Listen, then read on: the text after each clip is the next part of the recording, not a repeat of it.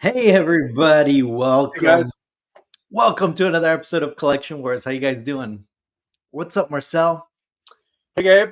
Thanks for having me on. I don't know if you know this, but this is kind of like our 2-year anniversary. We launched around this time, not Yeah, exactly. So thank you, of course, to you and Mike for of course. helping getting us off the ground, and of course we're glad to be back. So thanks, man. Yeah, no, absolutely. Thanks for jumping on. And Michael will be joining us briefly. He's working on his studio scale room, and he has an electrician there, so he'll jump on in a little while as soon as they're done there. But I figured we jump on and kind of chat with Marcel and hang out with everybody. So let's say what's up to everyone jumping on. We got Johnny in the house. What's up, Johnny? How you doing, man? We got Steven and Carla. How you doing, Steven, Carla? And by the way, happy birthday. A little late. I believe it was yesterday. Carla, it was her birthday. So a big Collection Wars happy birthday to Carla. Happy birthday, Carla.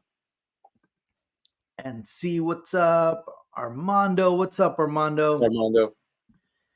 Trent, what's up, Trent? Scott, what up, Scotty? Scotty Scott. Star Wars Addict 88, not to be confused with Star Wars Addict 77. Chris, what's up, Chris? How you doing, man? Justin, what's up, Justin? How you doing, man? Got Trent. What's up, Trent? How you doing? Blitz. Hey Blitz. There you Peace. go. Yeah. Sean, what's up, Sean? How you doing, man? So people are starting to roll in. So what's up, Marcel? How you been? Long I time have no been, see. yeah, right. Just, yeah, thanks so much for having Nancy and I over at your place. Of It was really course. nice meeting Yeah. your family and especially your kids and your dog, um, Oh, Marty. who can't get enough of visitors. Um, how's your wife's foot, by the way? You know what? She's using the little scooter a lot less, so that's a good sign. And we'll probably go to Disneyland tomorrow, but we'll probably have a little scooter for her tomorrow. But she's feeling a little bit better, at least a little more comfortable, right? Yeah, good. As far Glad as to like hear it. she's getting used to it. I just want to show you guys who haven't seen. I'm sure you guys have seen on social media, but yeah. So there you go, Yeah, Marcel. that was a great visit.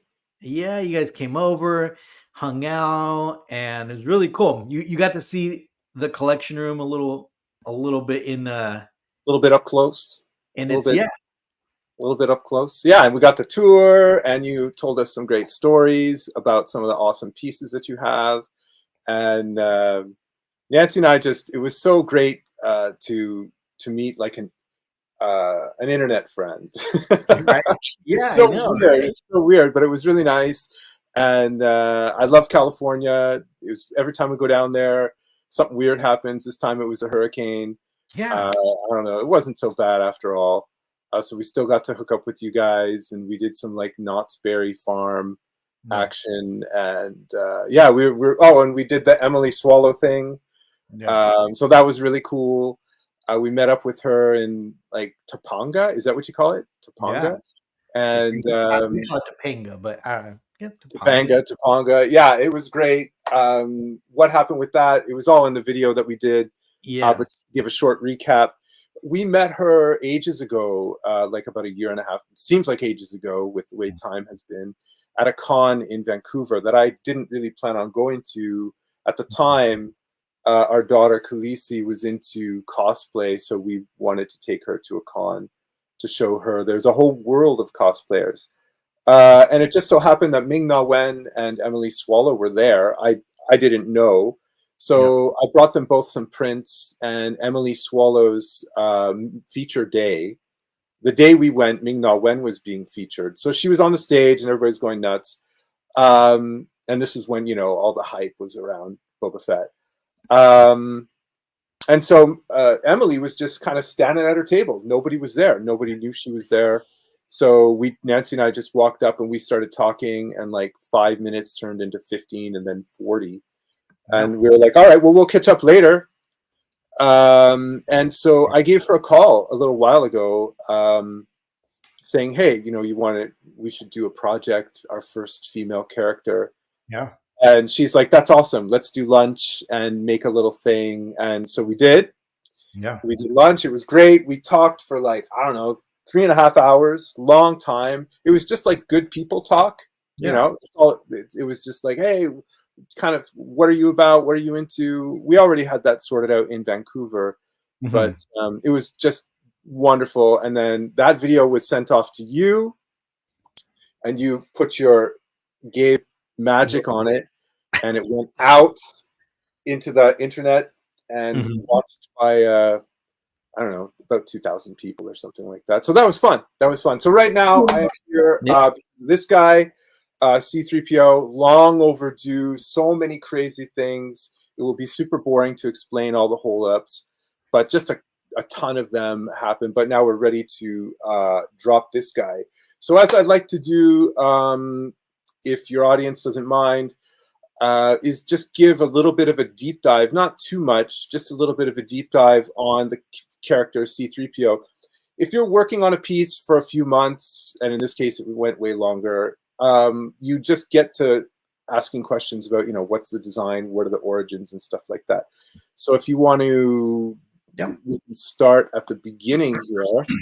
So, oh, by the way, I wanted to mention this. So you had a guest on, Roger Christian. Yeah. So while he was on, I ordered his book. Oh, and nice.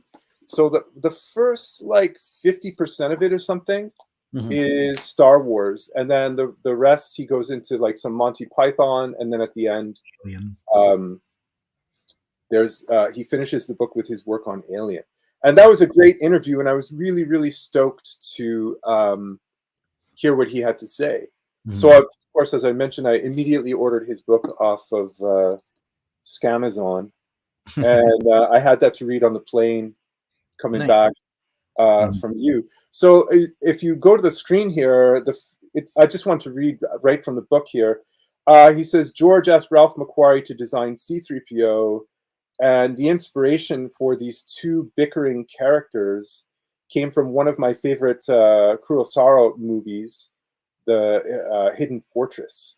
So he says here, George liked the idea of the story being told by two of the lowliest characters, and their bickering and arguing make the adventure funny in places, and supplied the glue to connect the action and drama.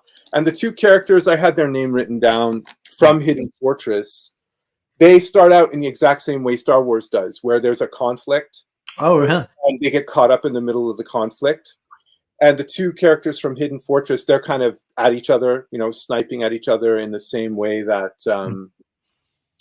R2-D2 and C-3PO do. So it's, he's not just taking from Westerns. I mean, this isn't new information, but I thought that it would be interesting for people to know that C-3PO and R2-D2 were inspired from these two characters, and they were lifted like right out of the same kind of a scene. Yeah. And what was really interesting from reading about McQuarrie and some of his stuff, which we'll look at visually, but what he had to say about the two characters was that, is it McQuarrie or maybe it was Roger? I can't remember. Was that, yeah, it was Roger. He said, the really interesting thing about C-3PO and R2-D2 is that while they're comedic in character, they have to look so convincing that you buy the entire rest of the film. And so he was pointing out that it's C-3PO, R2-D2, and Vader are the three main characters that they have to be like spot on, so that you're fully engaged in the rest of the film, which I found was really interesting, because C-3PO is kind of this, he's a presence, and he's always stating facts, oh, this is a terrible situation and all these odds and stuff like that.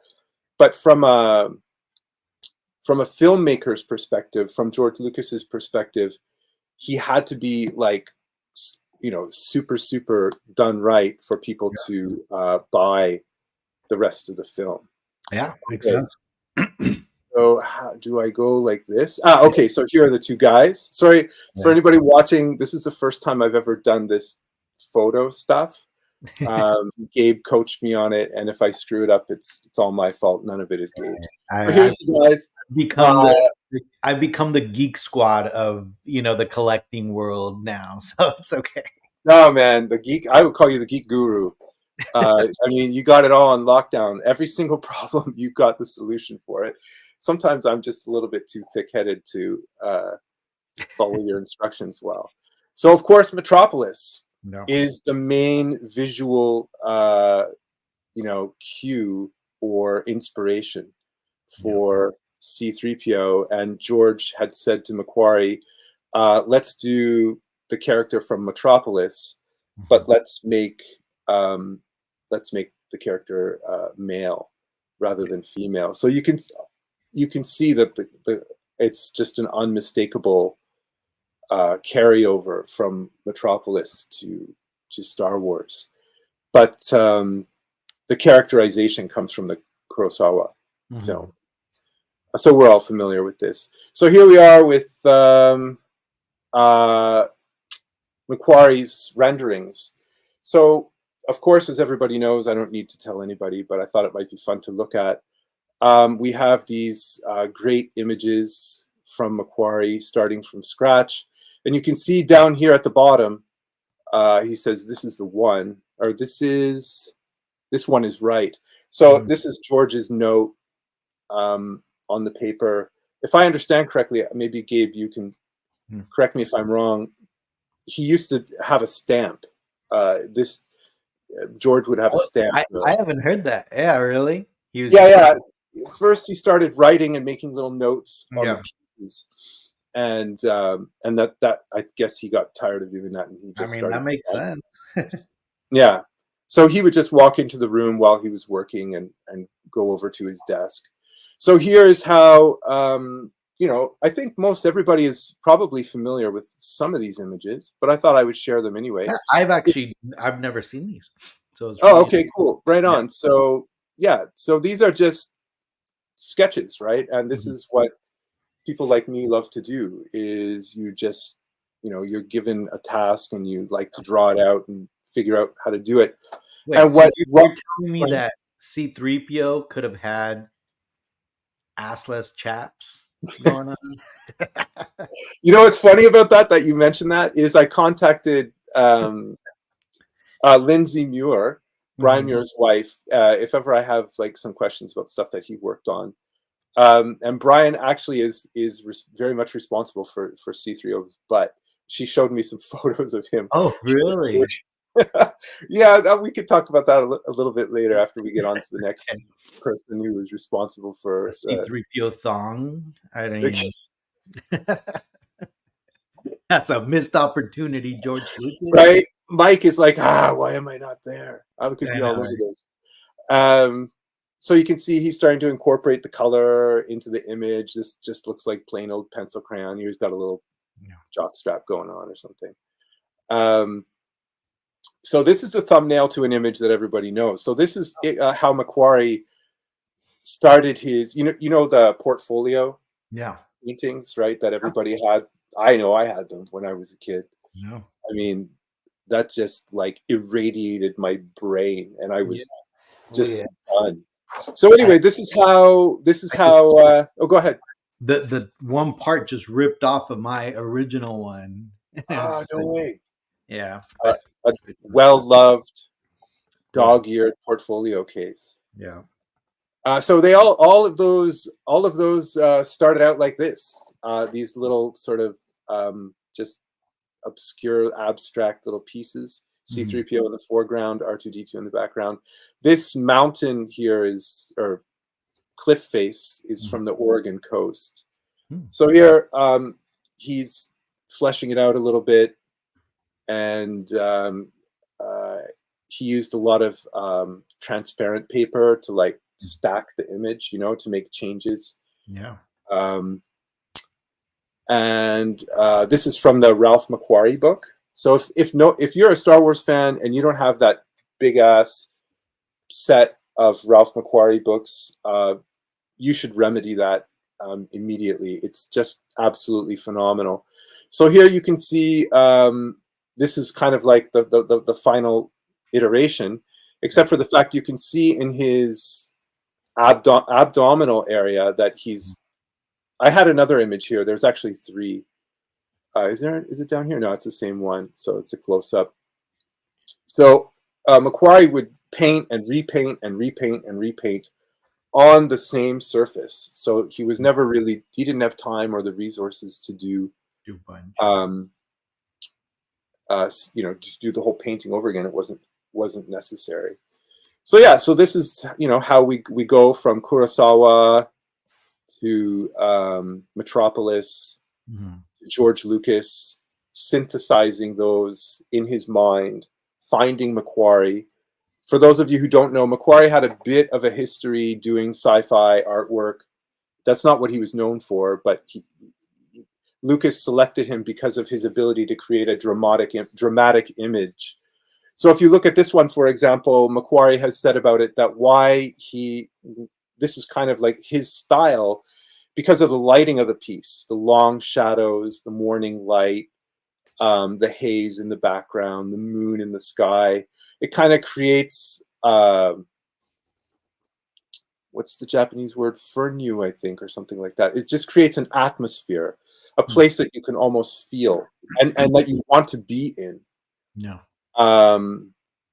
So Lucas noticed that in his work, and so, of course, the rest is history.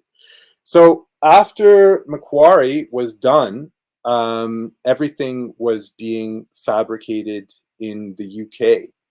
So this is Liz Moore, and Liz Moore was hired to work in the studio. And again, from Roger's book, it's quite funny because obviously, she's an attractive young woman. And the guy that was previously doing all the sculpting, he was cracking jokes about how everybody used to hang out in his studio and now everybody hangs out in hers. So she was responsible for doing the sculpts. Oh, wow. She was not so much responsible for sculpting C-3PO's body. As I mentioned earlier, Brian Muir was brought in for that. I don't know how much she did and how much Brian did of his body, but she was responsible for sculpting his head. Okay. So I don't have any really good images with me right now, but you have C-3PO's face, and then there's the lip. Well, how do I do it? I can't point to this thing. It goes around, and so there's the larger backside of the head, and then there's the mask that goes in the front. And this design was on purpose so that you could, Anthony Daniels could pop the back on, and then the mask would slide in underneath. And while she was making this, she had 9 or 10 different. Roger goes from the number 9 to the number 10. She had 9 or 10 different setups, so 9 or 10 different sculpts going at the same time. And in fact, the eyes, the slotted eyes, according to Roger's book, if I remember correctly, initially they were looking at it, and if you remember the drawings earlier, they were just these little slots, not very much different from his mouth, the way it is now. And so everybody was hanging around trying to figure out what to do with the eyes. And so the circular grill, there was just a piece lying around, and Roger picked it up, grabbed it, like jammed it into this, like not rudely, in a spirit of camaraderie and cooperation, put it in there, and everybody was like, that's it. So there was a lot of input from George Lucas, some other guy I forget who was the head of the studio. I can't remember his name right now. Pardon me. Liz Moore, and of course Roger and whomever else was there. But Liz Moore was should be given credit. Yeah. She did all the designs, and of course, as everybody may or may not know, she also designed the sculpt for the Stormtrooper. Stormtrooper, yeah. She's not so well known because unfortunately she passed away, if I recall correctly, in 1976 in a car accident. Car accident. So she left the studio. I can't. I'm not 100% sure if it was because she was pregnant or for some other reason. I don't exactly remember. But Liz Moore's name is not so well known because of that unfortunate incident. But you know, that's why I wanted to mention her, because she's part of the character's legacy, and of course everybody immediately recognizes C-3PO, and that's because of her. Yeah. What's really quite interesting, if you look into it, is how, you know, you hear about how everybody refers to Macquarie's work and how it was such an inspiration for so much of what happened in Star Wars. And when you read Roger's book,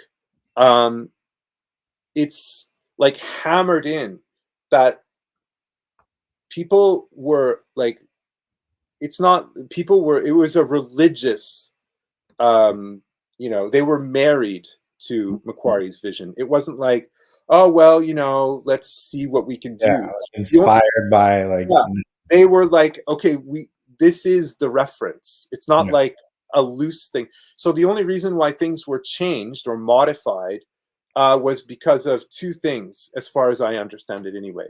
One is the materials that they had at hand. So as folks may know from your video and interview with Roger, he was just going out and buying up kind of like junk from like phone companies, military outfits, and airplane stuff. Scrap. So yeah, scrap. It's just scrap. And they would bring in like dump trucks full of scrap. They would sort it all out very meticulously so that they knew where everything was. And whatever they had around, they would use, and whatever they could make, they would make usually based off of what the scrap that they had. And the other, so they were limited by the materials that they had, and they were also limited by the size of the actor, right? So, you know, the original Macquarie Vader wasn't really going to work just because they had to be able to put the helmet together in such a way that it was going to fit, right, on David Prowse. So it's quite interesting. So now I guess we get to me. So this is, some people like to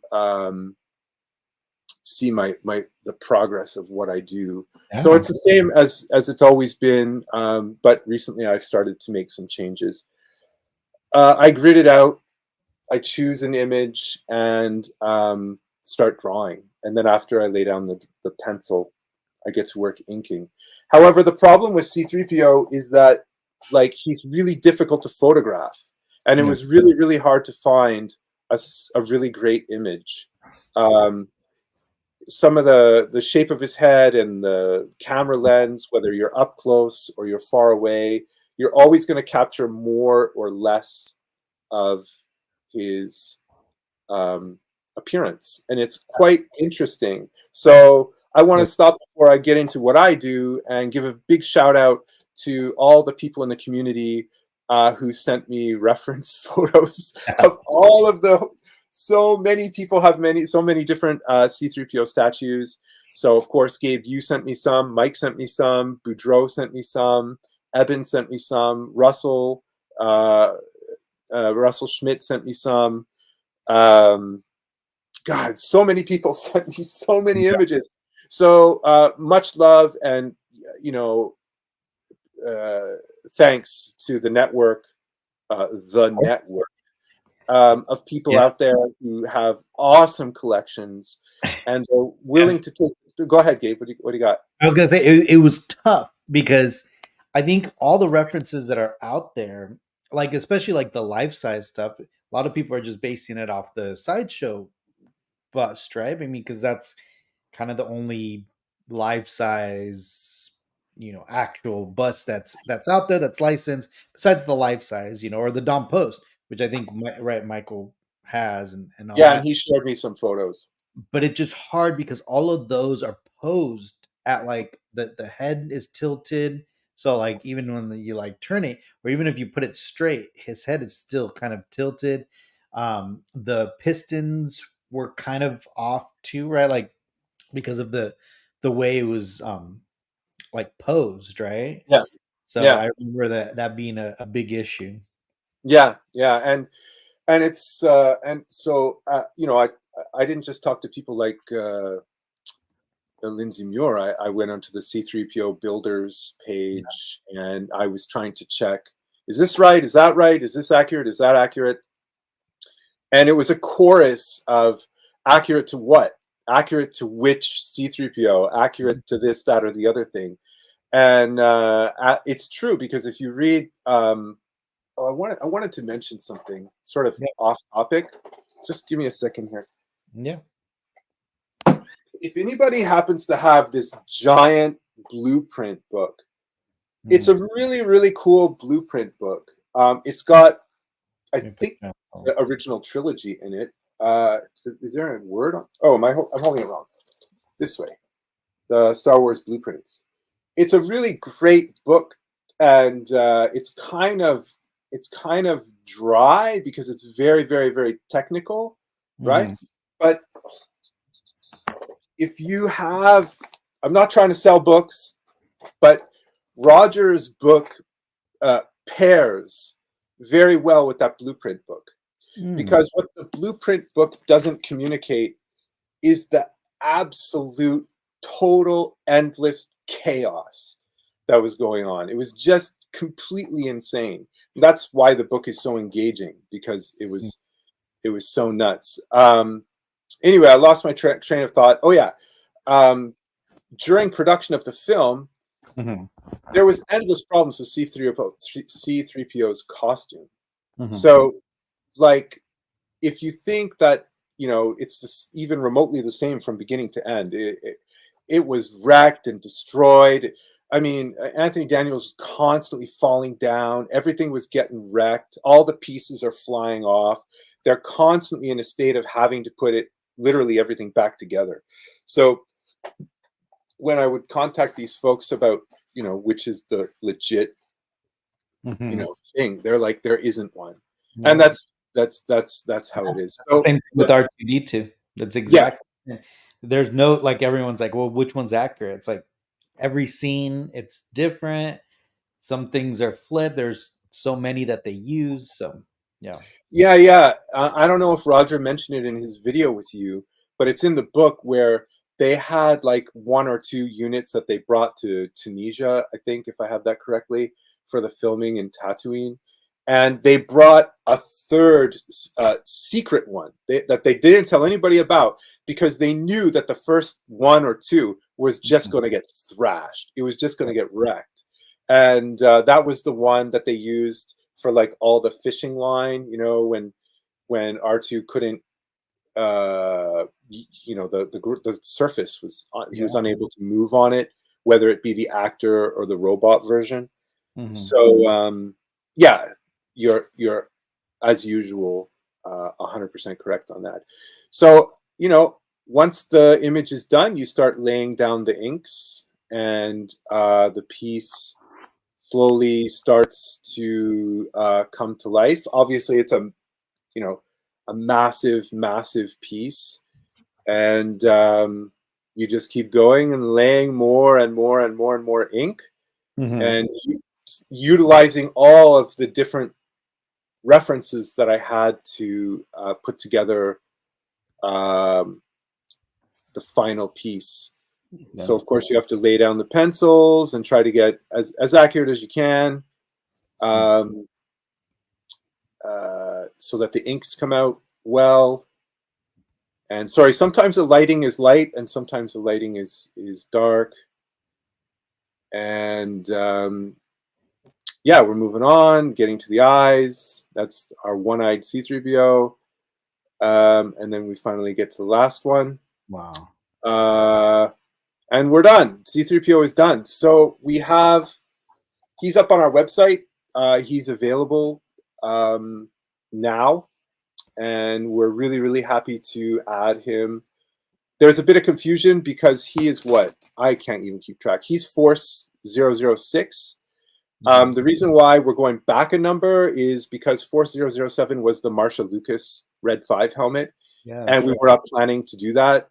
So Hector over at Imperial Walker Inc., he said, you can order a few for your people. So I did that. Force 8 was the helmet. What?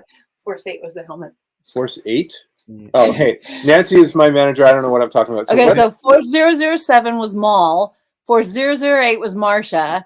And I got it wrong. See, I got it wrong. So we had to go back to 6 because we got the signatures for Anthony Daniels and Ian McDermott at the same convention. So So anyway, the numbers don't really matter, but they kind of hop around, and I beg your pardon, I can't keep track of these things. That's why I need someone that actually has a functioning brain. So we have our black and white version, and we have our colored version. And we have our black on black colored version. Background. Oh my god. So I wanted to mention something about our new colored version. So going forward, after I did your piece for the that looks great, man. Can you zoom in? Like, can you like? I wanted to zoom in. I don't know if I can. Can I zoom in? I'm so worried about. Here, No, you're good. Yeah, there you go. Wait. Okay, so man. It's kind of hard. Holy. The resolution has been dropped a little bit. This is the page. This is the image for our website. Yeah. So that came out great, man. Yeah, it's nice. Hey, it really came out nice. We're really happy with it. I don't know where I am here. We're really happy with the way this turned out. I want to give a little shout out to. So as I was saying with the Macquarie piece, the Vader piece is the one that I colored. I used new technique for this whole inking situation, and I knew I wouldn't be able to do that on this one. It was just too much for me. So going forward, I'm going to try and do all the coloring myself. It just depends, just like, back in the day making Star Wars, it just depends on the materials that are available, what I can actually do. And to be perfectly honest with you, like what I know how to use. I'm trying to keep everything like as the OG ink as possible. Like, because I like the hands-on experience. I like learning new techniques. Most people do. Everybody's excited to learn something new. I'm gonna bring up your website really quick. Oh yeah, folks, to see if it's on there. Go to the store. All right, let's go to the store. Available prints. There we go. So we have it in 30 by 40. So the massive, size. And we have it in 16 by 20. The website has limitations, so we had to do 2 separate pages for the black and white and the colored version. So if you click, and you could do and you can get a plaque if you want to get a plaque. Now, Marcel, so I want to be clear about the signature thing. Oh, okay. Yeah. So the signature series was announced like a year ago. Yeah. And those were all snapped up right away. Those are gone. Yeah. And I want this might sound a bit cheesy, but I got to do it. I've been thinking about this moment for the whole time I've been working on this project. So when you're an artist, maybe you can relate to something in your life. I don't know. When you're an artist, you got to have people who are supporting you in your personal life. Nancy has always been there for me, but I have a lot of people who are very supportive of me. But when they're supportive of you as an artist, thank you so much, Trent. Love you, baby. When you have support as an artist, Mm-hmm. it's really important. But when you have the financial support of people who are saying, you know, they pre-ordered this. Thank you so much, Scott. They pre-ordered this a year, like a long time ago, because we asked, if you remember, it was Nilda. Much love to Nilda. Nilda, by the way, she has a campaign right now for this tattoo thing. Yeah. She's trying to make the cover or be featured in this tattoo magazine. I don't know. Maybe it's local to Florida. I don't know if it's. Anyway, go to Nilda. What is it? Nilda. What's her page? Go to somebody put it in the chat, and go to her page and go vote for her. Go vote for her tattoo thing. It means a lot to her. Anyway, Nilda and Sean Solo. Sean, everybody know, he just recently had his birthday. He's from the Sith cast, so go check out Sith cast. Nice. They went to ICCC, and they got the Ian McDermott and Anthony Daniels signatures for us. Yeah. And that's when I put this up for pre-order. And you know, not only did these people, these lovely, incredible, amazing people, pre-order this piece like without having even seen it, but we went through so much stuff this past year. It's just crazy. Like, as you know, Gabe, you know, when we were in California, we came back and it wasn't over. Our whole house flooded, and we're not even living here right now. So much insanity. And these people, they're just calm as a river, you know, just like smooth surface, just waiting and being, and just they understand, just understanding that life gets in the way and things can be delayed. And so I just want to bend over backwards to thank these people, because they made my life so much easier. And knowing that they were there saying, look, you're an artist, just create. And so they enabled me to do that. So those people who supported me in that way with the signature series, thank you so much.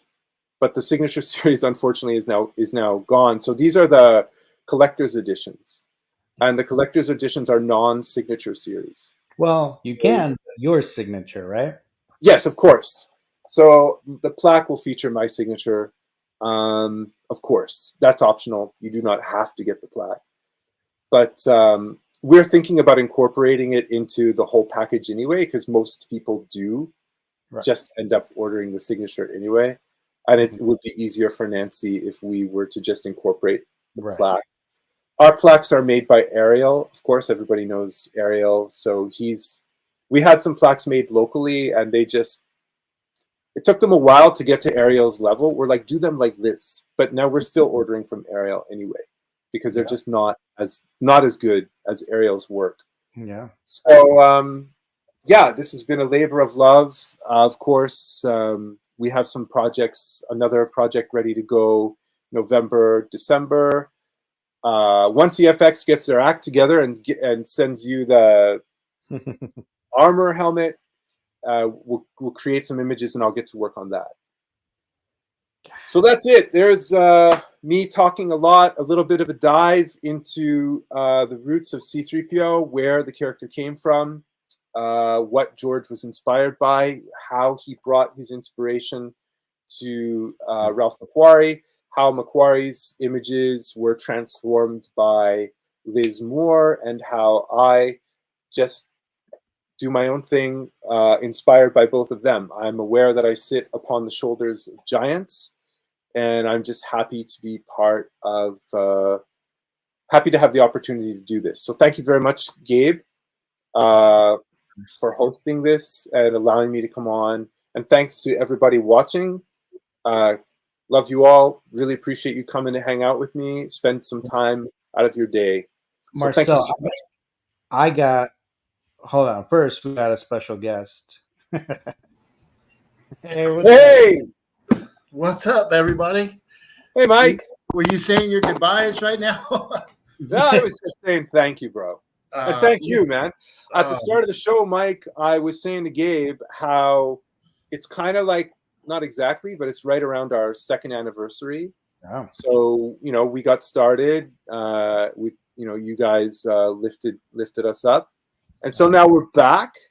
Thank you very much for giving us this opportunity. And thank you so much, Mike. We appreciate it. Thank you, Marcel. Well, that's what Collection Wars is all about, right? 100%. Yeah. And I just got to say one thing real quick, because Marcel, it's been quite a while since I got a little sneak peek of what you were doing. And dude, the one word it's into two is badass, bro. You'd killed it. Thank you, sir. Yeah, I mean, I know when you were struggling, it wasn't. This one was not easy. Yeah, No, life. not easy. Well, Mike, you know about this. With with making the pizza shop, right? It's like you have a date, and you're like, yeah, this seems perfectly reasonable. And I know, it ain't happening, and you know that within your perfectly reasonable, you include the delays because you know there's going to be delays. And then life just like, I got something for you, baby. Yeah. And your plans just go like in 1,000 million directions, and you just got to roll with it. Yeah, so for sure. That's what we do. We roll with it. Well, congrats on another really nice, fine piece of art, man. Thanks, brother. Yeah, Appreciate it. Mike. Yeah, it's great to see you guys growing. It's come a long way. Yeah, we're still working hard. Working hard. You've definitely gained the respect of a lot of people out there, brother. Good job, man. Yeah, thanks, Mike. Thanks, Gabe. You were there at the beginning. No problem at all. Gabe, how you doing, my brother? Good. How are you, bro? Oh man, guys, we have been in a major drought. It's always since our first episode with Collection Wars. I always have these Texas weather stories, man. But damn, now it's a drought. We have the Guadalupe River. It's never dry. It's completely dry. All of our little small town rivers are completely dry. It's unbelievable. And now we're getting like a whirlwind of wind, and it's like thundering outside, and just there's a big cloud of locusts coming. Oh, man, it sucks, man. I don't think we're ever going to see rain again. So. Oh man. Hey, Marcel, really quick before I just wanted to clarify: is this going to be limited edition? Oh yeah. If so, how's that working? What are the so we've actually our numbers have changed a little bit, and one of the reasons is because we've got an application for next year's San Diego Comic-Con. So what we're trying to do is, whether that pans out or not, I don't know. We'll see. I've never been to San Diego Comic-Con. I don't know what it's going to be like, but we'll see. So yeah, thanks for asking, Gabe. So the large 30 by 40s are limited to 25. So whether it's whatever iteration, whether it's black and white or color on black and white, they're just limited to 25. That's it. After the 25, they're gone. And those are the ones that sell out first, but I guess because it's the lower numbers. So the Maul is gone, the Emperors are gone, the Vader is gone, the Macquaries are gone. There's a few that are left of the 30 by 40s, but those are the ones that sell out first. So the 30 by 40s there's 25 of those, and then the 16 by 20s, there's 50 of those. Okay. So we're bumping up the numbers a tiny little bit. And the reason for that is we always just have people coming in saying that they missed X, Y, or Z, and stragglers. Yeah. So it's always we're always trying to find that sweet spot where there's enough for everybody, and that you don't have to have like stock.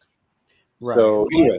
And to make it more exclusive, right? It's more sought after, keeping those numbers nice and low. I know for most collectors, it's, that counts. Yeah. Right? No, it's really important. That's why, like, that's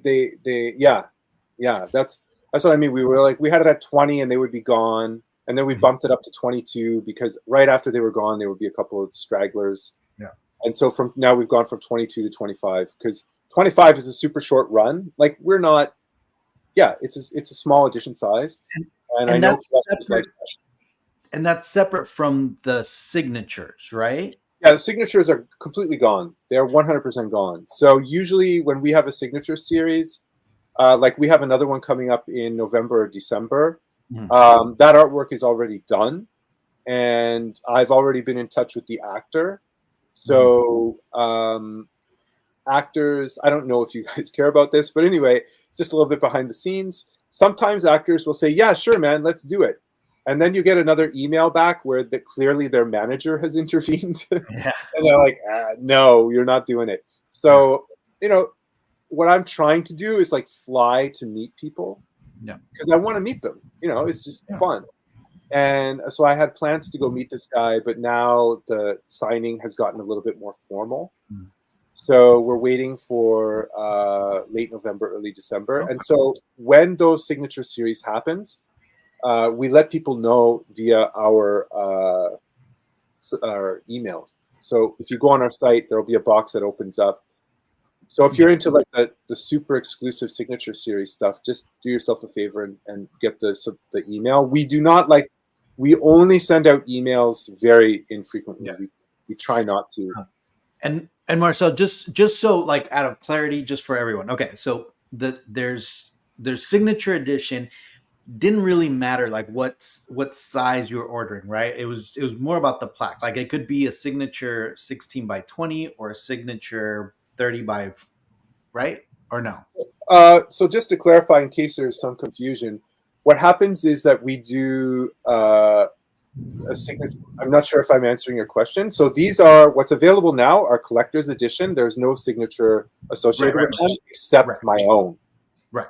But the signature series is the signature of the actor. And so what we do is we do a pre-order. So we say, hey, we have an opportunity to meet this guy or girl who would like one, and we leave it open for as long as possible. So with Darth Maul, we let everybody know. And so we had like 33 people bought a signature series. So those signature series editions are go according to the pre-order. Got it. The non-signature series are limited edition, so usually around 20 or 25. In this case, it's 25 for the 30 by 40. And the 16 by 20 is limited to 50. And we bumped it up to 50 because we're hoping to take some of them with us to San Diego Comic-Con. Good. Okay, nice. Hopefully that's clear. If not, just hit Nancy. No, absolutely. No, Nancy's actually commenting right here. So yeah. Oh, okay, cool. Yeah. So Nancy runs the website, and I am the art monkey. So you can connect with me on Instagram. Great job, Marcel. I mean, this one, it's insane, man. It's so good. Michael? What do you like better? Do you like black or the white or the black and 1000% the black? The black. Yeah, the black is popping. Yeah. I mean, it pops. It just like the Vader. I mean, it's all personal preference. I think the people that do choose the white, it's kind of more of like an artsy type of, if that makes sense. I don't know if I'm making sense. No. And that's why, that's what I was getting drawn to the white one. Like, and even though I agree, I think the black just pops, but like the white, for some reason, this one seems. Lee is the artsy guy, and he likes the white one. So you nailed it. There you go. And he has his collection mostly the black background, right? He's got a bit of both. A little bit of both. Okay. Yeah. The Macquarie, everybody went. So Lee agrees with me on this one that he kind of. He'll never say that publicly. Oh, I know exactly. Man, his main job is to stir the pot. Yeah, it looks fantastic. I can see, how I did the. I'm on board, by the way. But I definitely can see the color stripe like we did. I did with the Macquarie. You remember how I did that one? A lot of people did it after I did that one. Yeah. Thank you for sharing that. And yes, a lot of people did. did Yeah. emulate your presentation. Oh, yeah, yeah. Well, thank you. I don't want to take up any more of your guys' time. Really, thank you for the support. Thank you, Mike and Gabe. Also, guys, I mentioned follow Nilda. Go check out Mike's webpage. I know everybody here is already following him anyway, but in case you're not, go follow Mike for what's your pizza update? Thank you. It's Dark Side Pizza Co. Yeah, Dark Side Pizza Go. Mike, the building is coming along. Thank you, brother. It's funny how you say like Lee is the artsy type, because when you look at your architectural, the interior, yeah, and the lighting, everything about the whole place, it's coming. Absolutely gorgeous, man. Like, it's really a knockout. Appreciate it, buddy. It's crazy how it's coming. Yeah, we're just excited. January, so wow, yeah, man. Yeah, we'll talk about it a little bit, but we got Yoda on display now. It's badass. Saw that. Yeah, that bronze Yoda. I mean, come on. But hey, you guys, I cannot wait to share with you guys the gallery. I mean, we just literally, not even that my electrician, and it sucks because something's grounding on one side of the track on the lights on the top, but we still have everything else working. And tomorrow I'm going to be pushing that Star Destroyer in there, dude. Is he still there, Michael, or you already say it again? Is he still there working on it? No, he just bailed because the storm thing. But wait, a it's storm? funny too. He's like, huh? You got a storm coming? Yeah, that's what I'm saying. It's like outside. The winds are. It's like tumbleweeds and shit running across. Is it at least gonna be some rain or no? No, it's like it's thundering and outside and everything and lightning, but nothing. Just hard wind. It's never gonna rain here again.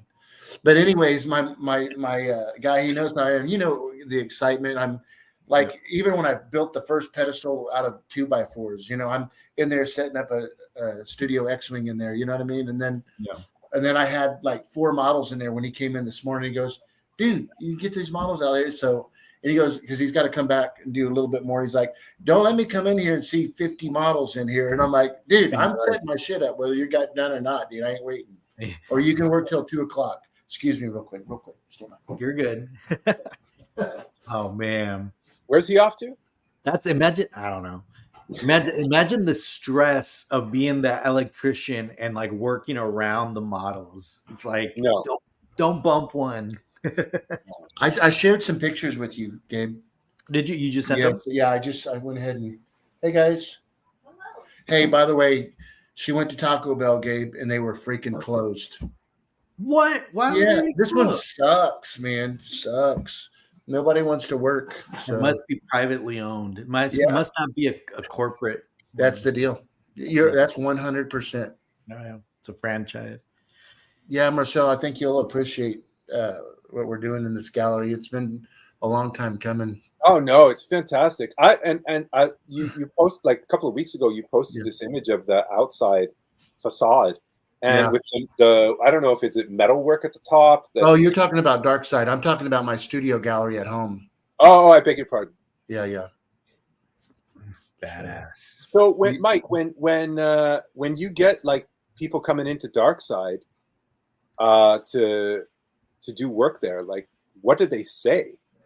It's kind of a challenge. You just got to make sure you trust everybody that's coming through, and I'm trying to get people not to take too many pictures. I'm trying not to share too much, but Lee's like, quit sharing pictures. But the thing is most of the people that I share with are my followers on Star Killer or with Collection Wars, and these are people that the majority of the people are in the surrounding areas. It's going to be the big shock. And even people like you guys have seen what I'm doing. Still, when you walk in, you're going to get that same effect because you're actually there seeing it in person. Yeah, 100%. And I think it's probably somebody's going to come by. Everybody's going to come by with their phones. Your place is going to blow up, right? People are going to keep. I tell Denise that just the other day because how are you going to advertise? I'm not. Yeah, you're going to have like an architectural magazine coming in. They're going to be like, what'd you do? How does it look? How did you do it? You gotta create a hashtag, Michael, and just put it everywhere. Like, so whenever someone does snap a picture, they should tag and hashtag. I just need to learn how to do that. I don't know anything about it. I can build a building, what I mean? but I can't do a hashtag. I'll help. I mean, you just All right. create. Yeah, I'll help you with that. Like, you Sounds just good. come up with the name and put a little tic-tac-toe thing in the front of it. Sounds good. But cool. Well, Marcel, we really appreciate you jumping on here and revealing the C-3PO on the show, man. Yeah. Really appreciate that. Oh, yeah. What else am I going to do? Is home sweet home. Right. Wow, that's Yeah. awesome. It came Yeah, out. and I was I don't know if did I mention this, maybe. Anyway, yeah, there's I doing an interview with just finished an interview with somebody that's working on your place, Mike. Yeah, And they have a magazine. yeah, yes. So looking forward to seeing that come out. Yeah, congrats on Yeah, that. all kinds of- you know, I mean, like right when I first met you guys, and you were talking about building out the community, right? It's like that's really what's happened. So you know, you guys have had a huge influence. And you continue That's to awesome. do that. Thank you. Appreciate that, man. Is that, I see your little falcon in the background. I like. I know you're very passionate about models, Marcel. I know Yeah, you- bro. I don't know. I started out with like dinosaurs, and then I got onto Battlestar Galactica. I did some Star Wars stuff, of course, but yeah, I grew up doing models. I was a huge model fan, and I got a huge, massive shelf. I keep talking to Brian. You know, Brian makes dioramas. Yeah. I'm trying to find a B-wing, a Bandai B-wing. They're all like $150 on eBay, American. Yeah. Like, I know you guys are like way beyond that, right? But it's just come on. What scale is what is that? A one in 177 or one? 172? Yeah, What is I got a perfect grade right over here. Wait, Nice. you know, that'll be the last one I do. So yeah, I'm really excited about it, and I want to get a B-wing. And anyway, I don't know, Mike. I just can't find the time. Yeah. I'm working all the time. My kid's 11. They're going to middle school now. Mm-hmm. You know, she wants to play chess all the time, and I can't say no. So, I understand. no. Hey, can you do me a favor? Can you have the wife send me the PayPal, whatever, the black? I want their standard one, the one that I always Yeah, go for with. sure, bro. Yeah. I will. Nancy will do that for you. Sir. Yeah, have her send that to me, and I'll get it done tonight. Okay. Thank you, boss. Much Okay, appreciated. write me down. I'll get it done right after the show. Thank you, sir. Of course, man. That will happen. All right, my man. Yeah. I guess you haven't heard from EFX yet, Gabe. No, they just hit me up, obviously, about the new Ahsoka sabers coming out. So are those coming your way? Eventually, eventually they'll be in the collection, but yeah, no, the pre-orders just opened up, so they just start pre-ordering. They'll probably ship out later this year, early next year. So. But yeah, no, I'll keep you updated when I get that helmet. Take some pictures. Thank you. I'm excited about that. Very cool. Well, cool. Well, again, thanks again for your time, Marcel. Really, really, really appreciate it. And again, guys, go to Marcel's website right there. Order it. Like Marcel said, he does sell out of them, right? Pretty quickly. You sell out. Mm-hmm. So you definitely want to jump on early because, especially as the word gets out, right, on social media, I'm sure you're going to be posting some, the announcement, right, Marcel, kind of. Yeah, of course. Help. Yeah. We'll help Marcel kind of get the word out there, and yeah, jump on that. Thank you, guys. Appreciate it. For sure, man. No problem. All right, Marcel. Well, we'll talk. We'll talk to you later, and we'll be in touch. Ciao, babies. See you soon. Later, Marcel. All Bye right. for now. Be Bye, good, Marcel. buddy. How do I get out of here? Oh, what's up, Michael? How you doing, brother? Hey, it's good to see you, Gabe. Yeah, great seeing you, man. All right, so we got to look at these pictures because we got. Sure. I know some people last week I created that thumbnail and people were like, we thought we were gonna see the studio gallery, and Yes. they're It was a lot of my fault because we just just things happen, and I wasn't able to get the service in there. But the next show, well, the goal is to be, Yeah. doing the next show in there. So Well, you guys are gonna flip out when you see this because it what do you looks think, like, Nick? You like it? hey, that looks freaking awesome, Thank man. you, man. Oh, that I love it.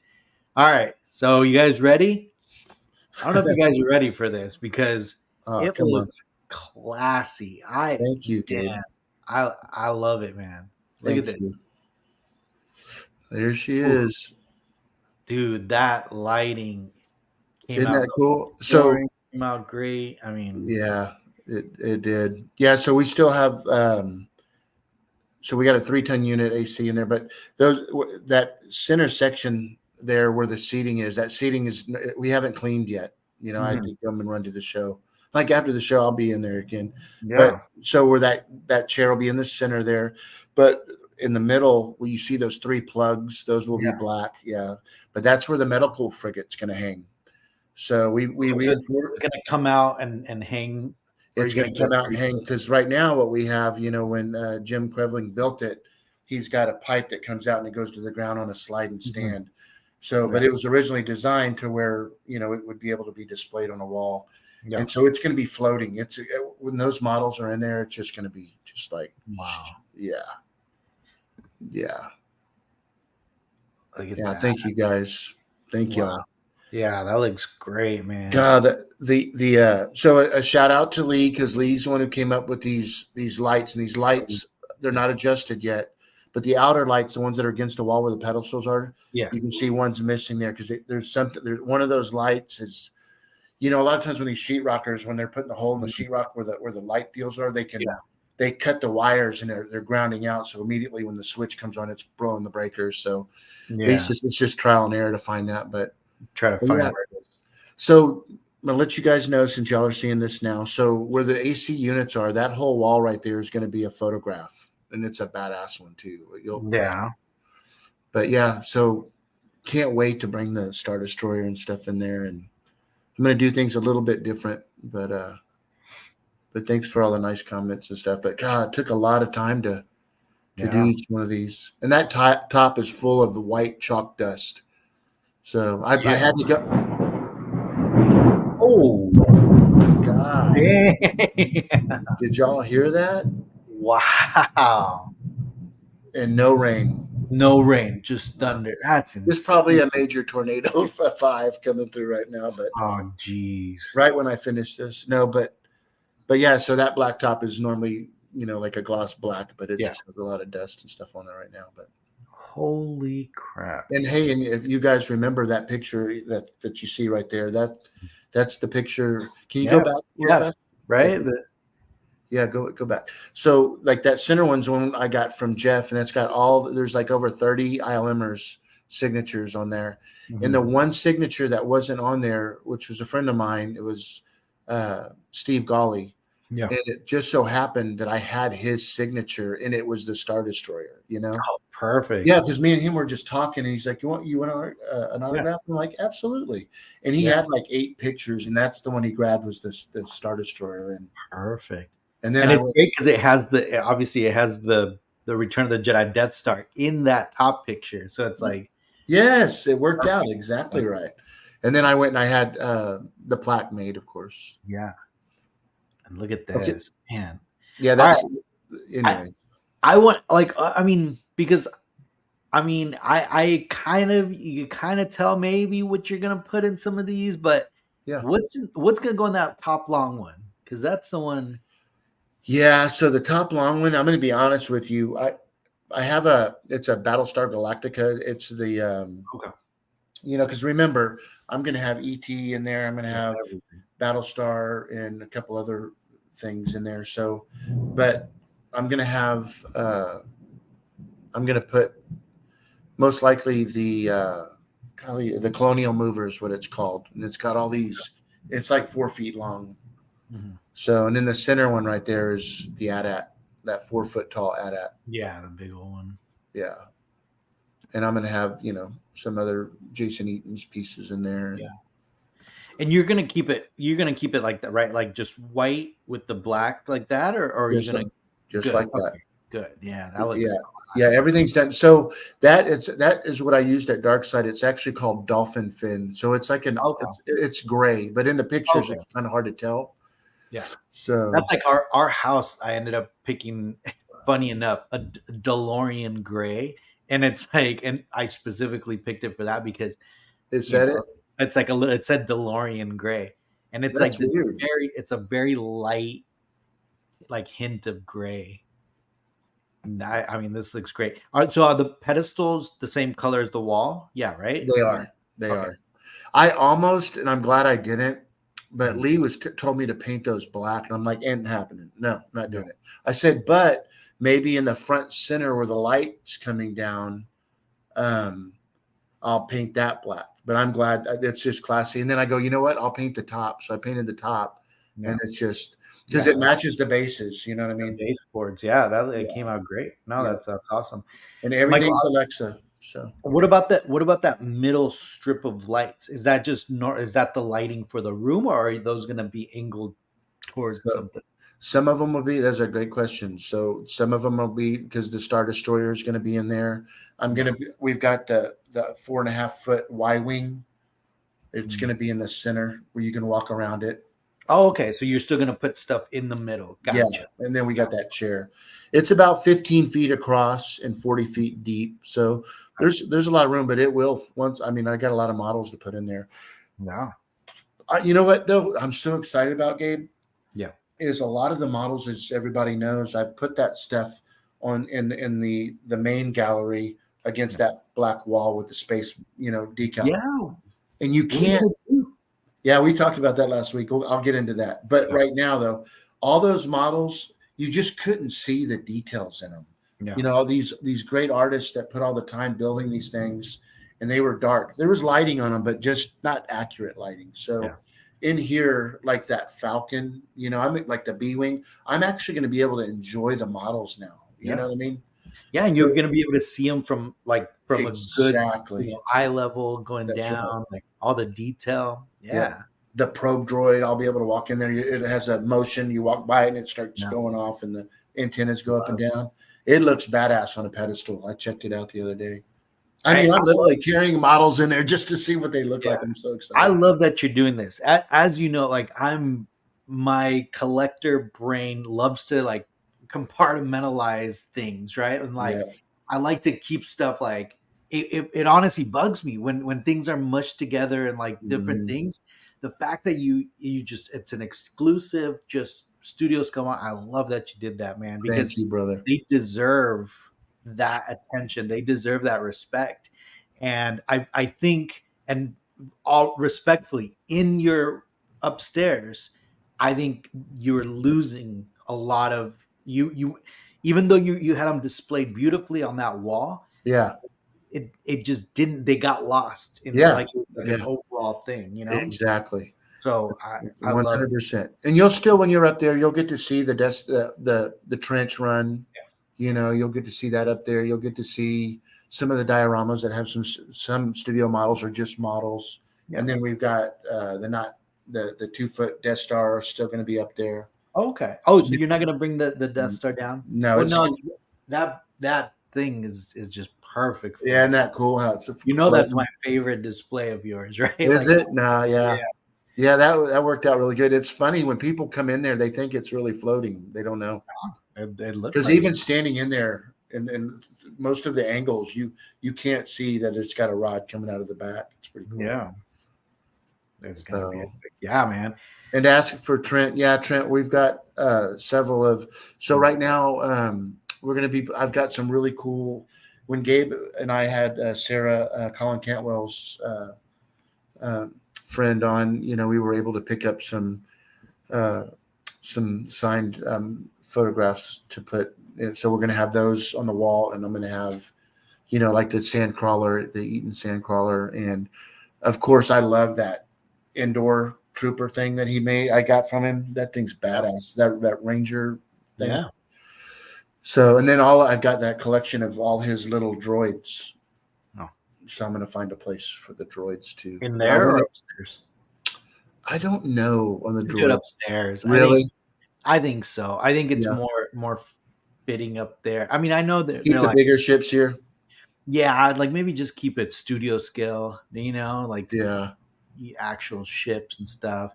Just because, again, once you start bringing in little, like little things, I don't know. I think It starts getting, yeah, you want to keep it clean, yeah, like a might get a little museum. distracting. Yeah, 100% with you.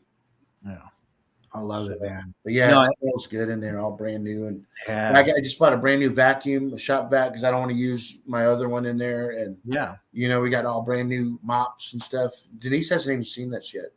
No, No. oh, because they went to Taco Bell. Yes, I went to Taco Bell, so she hasn't. So you guys are seeing it. Wow, Yeah. I love the black with the gray. Like it's beautiful, man. I love it. You know what really did this for me, Gabe, on the color? Because it's always hard when you're doing a Yeah. room, right? Especially with what we do. Yeah. So what it was when I first started, and if anyone wants to go to Modeler Magic, and you can look my name up, Michael Hawes, and you can see some of the, man, it's lightning big time. You can see some of the early production pictures of the upstairs gallery. Yeah. And when it was at primer stage, which looked a lot like this, Yeah. when I see it, just looks bigger. You know what I mean? Yeah. It just pops. And then when I painted it all to be like the interior of the, the Death Star or whatever, it really kind of shrunk it up a little bit. But I still love it though. And I love the fact that like you ended up you still kind of use the same style, like because you did like the kind of Death Star type of like shapes, but it's more of a frame. And yes, I think that's, man, I love that. I built this from the ground up, like from the slab to the everything for pretty reasonable amount of money. Yeah. So man, I love it. Thank you for all the kind words. Yeah. But I just, you guys, man, that medical frigate and I've got sitting in the shop the blockade runner, the 4-foot blockade runner, and all these models, and the medical frigate and the Star Destroyer just sitting there collecting dust out in this thing, and I can't wait to blow them off and just have that stuff sitting in here. It's just going to be spectacular because it's one of a kind stuff, Yeah, I can't wait. Not only that, but like that medical frigate, because it's going to be at eye level. Yes, we're going to be able to like look and see all the remember all the little windows that are in there, and like that's going to be super cool. So check it out. So since y'all are looking, so the 3 plugs there, that center one, all of those are going to hide behind the ships where you don't see it, but where that medical frigate is, those other 2 plugs, one is for the shuttle transport.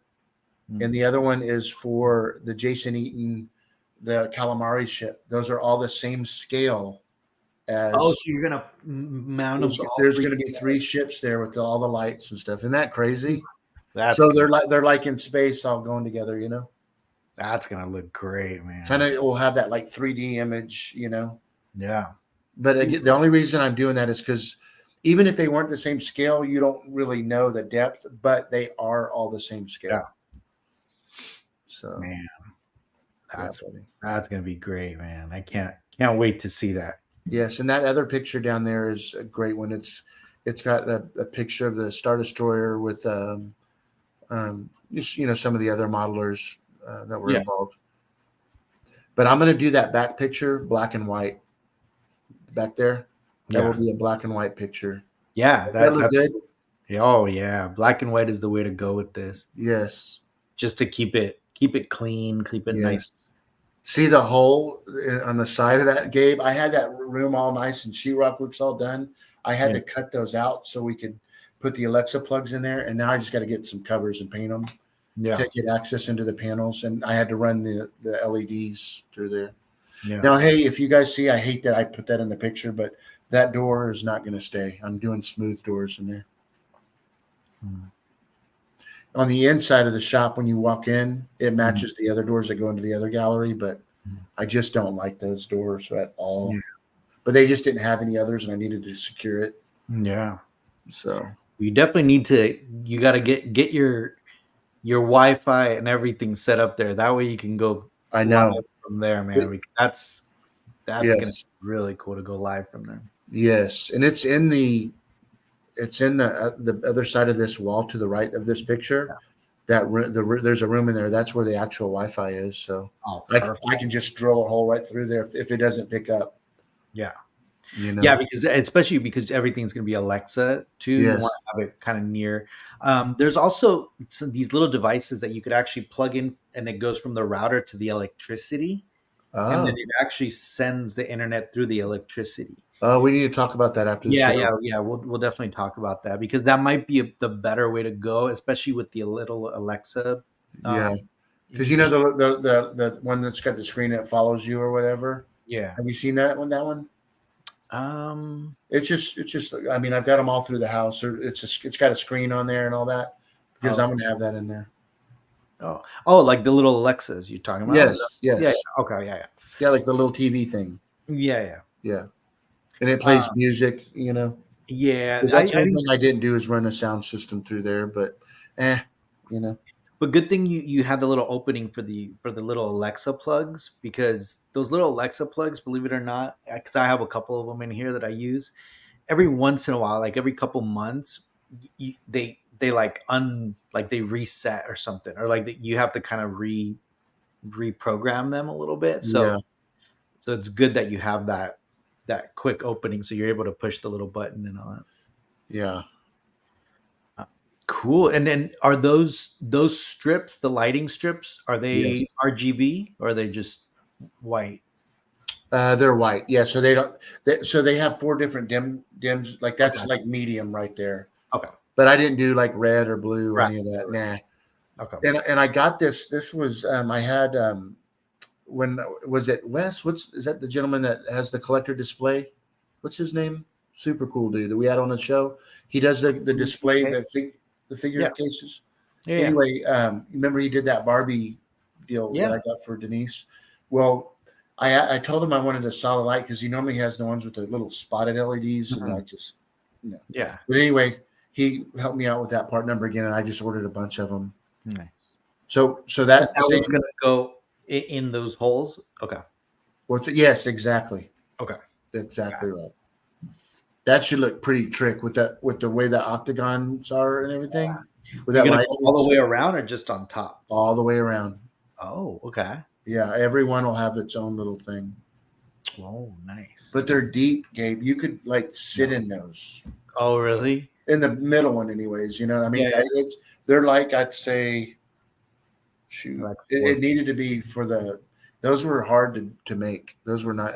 That took a lot for my framer to make those, but Oh, because they have to hang, huh? Like you have to Yes. figure out a way to like frame them from yes, underneath, right? yes, That makes sense. Yeah.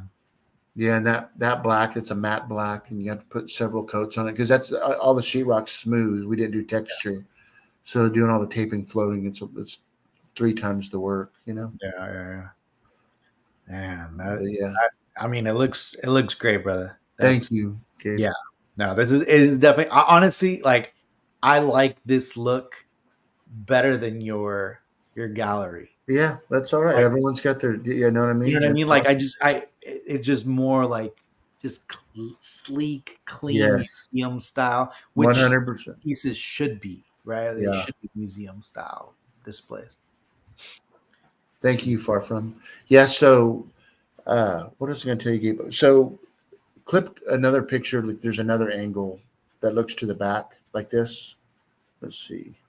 Did you send it? Yeah, you have it. I only had 4. Yeah, go because I want to be where you can see the wall with the black on there. The black. I was going to show you. No, go one more. One more. Maybe the I guess I didn't. Oh. Oh, there you go. There, yeah, that one. Yeah. So that back wall where that. So I was going to have like I've got you got red 2, red leader, red 6, red 5, and I was going to have all these X wings on those pedestals, but there's too many. There's the B wing, there's the A wing, so I didn't want to take up all those badass pedestals with just X wings. Yeah. So what I was telling Denise, I'm going to have on that other pedestal in the back by itself. On that deal, it shows what's his name? Golly, I just went blank on his name. Dykstra, and he's standing by all of the studio models, all the X-wings and all the Y-wings. That Adam, you've seen the picture before. Yeah. But anyway, that's where the X-wing's going to be. But on the end where that black in the back, what I'm going to do is I'm going to do all the X-wings class banking off of that. Oh, okay. So there'll be 5 X-wings in there banking, all at an angle. And Yeah. in the lighting, you can see I have over there that I can shine on them. Yeah. That's perfect. Yeah, because you're right. I mean, there's subtle differences, right, from Yes. all the X-wings, but maybe Yes. not enough to like give them their own Yes. pedestal, right? Because then you're right. It would just be like, oh, like what's just you Yes. just have 5, 6 X-wings in a row, right? And then on this other one to the far right, remember this isn't just Star Wars again. That's going to be all of. I've got a lot of really badass Battlestar Galactica ships that I'm going to put there, and the base stars, the base star. You remember that big thing? Oh yeah. Well, that's what I was going to ask you. So those two on the right, like on the right and the left of the big ones, like about how big is that? Just in perspective, like what do you mean? Like how wide are those black? Maybe like 6. I was going to say about 6 feet across. And across, yeah, 6 feet. Yeah, because that one in the middle is long. It's like 12 feet. Oh, okay. Yeah, there you go. See, then that's what I mean. Like, I'm trying to get some type of sense of dimension. So, like that couch right there, you could sit 3 people there or 2? Oh, easy, 4 people. 4. Oh, 4. Okay, so it's a big couch. Okay. Yeah, I had 2 of those originally, and then now there's one in the Barbie room, and now I've taken that one from upstairs and put it in this room. So now I don't have any upstairs. Yeah. So, love it, man. But yeah, just the color. Another really cool thing about the colors is the models. Most of the models that are made are real similar to these colors, you know? So I love gray. Gray is actually, like one of my favorite colors. Like all my shirts, as you know, I wear gray shirts and my shoes are gray. I just like it's funny. So is mine. And Andy makes fun of me. Like my wife makes fun of me because she's like, oh, like there's your favorite color car. And like, it's like the slate gray, I think is what, no, I don't know. Yeah. It's like almost to a blue, like a light. I can't even describe it. Maybe a heather gray. I don't even know. Yeah. But, I mean, pretty much that gray that you have. Like, yeah. I don't know. Yeah, well, I can't wait to show it to you, Gabe. When you're here, obviously, we'll have you over, and love to see it, man. Yeah, it'd be cool. So we'll have a lot accomplished by next show. Yeah. So and then we're gonna do a Starkiller video on it. Yeah. Oh, you gotta. So, yeah, man. So very cool. Yeah, so and that went by fast. I mean, you knocked that out pretty quick. So you know what? I told Joseph, he knows this, and if he watches this or not, but I would be happy to fly in and help him get his stuff done. But my deal he would have to leave until I'm done. Right? Yeah, like you know how anal he is, man. He'd be like creative freedom, and then come back and it'll be all done. But golly, that feeling of having all of that stuff on the ground and everything to be able to finally display these beautiful models, it's a badass feeling. I'm hoping that this kind of pushes him a little bit.